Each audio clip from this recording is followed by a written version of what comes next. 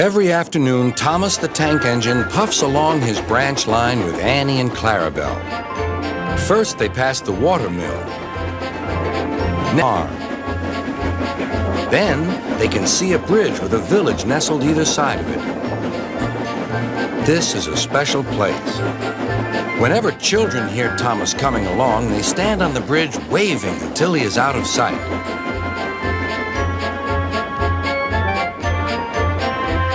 One day, Thomas was running late.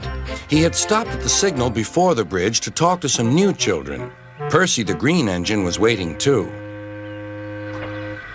"Hurry up, Thomas," called Percy when the signal dropped. "If you're late, Sir Topham Hatt may get a new engine to replace you." He would never do that, thought Thomas, but he was worried.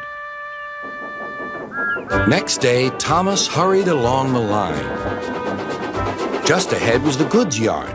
There, on the platform, was an inspector waving a red flag. Next, Thomas saw some children. They were waving too. Something must be wrong, thought Thomas. This station is for goods, not passengers. "Help, Thomas, help! We're glad to see you," called the children. "Please, will you take us home?"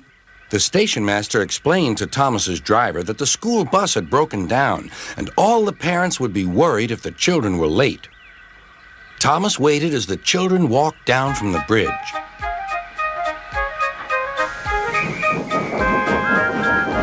Then he took the children to the next station where Bertie was waiting to take them home.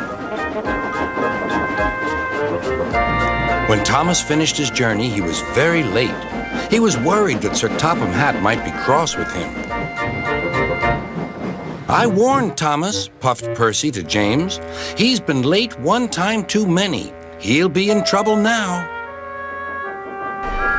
But next morning, when Thomas picked up his passengers, Sir Topham Hatt was nowhere to be seen.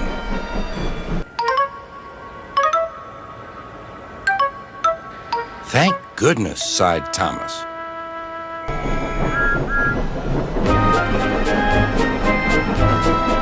Thomas knows every part of his branch line.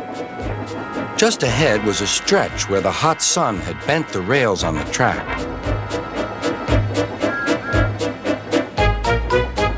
"Careful, Thomas," called his driver, but it was too late.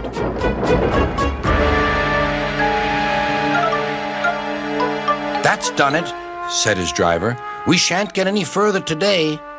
"But what about my passengers?" asked Thomas. "Don't worry, they'll be looked after," replied his driver. While workmen repaired the line, Thomas had to shunt freight cars in the yard. Bertie came to see him. "I understand you need my help again." "Yes, Bertie," replied Thomas sadly. "I can't run without my rails." Bertie set off to collect Thomas's passengers.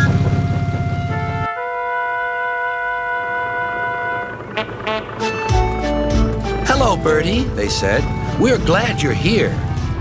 Bertie drove along the road that runs by the railway. He stopped at each station along the line. Sometimes he stopped between stations to let people off closer to their homes. Thomas felt miserable. "I've lost my passengers to Bertie. They'll like him better than me." Sir Topham Hatt arrived. "Your branch line is repaired. I'm going to change your timetable so that you and Bertie can work together more." When Thomas reached the station, there, to his relief, were all his passengers. "Bertie is a good bus, but we missed our train rides with you," they said.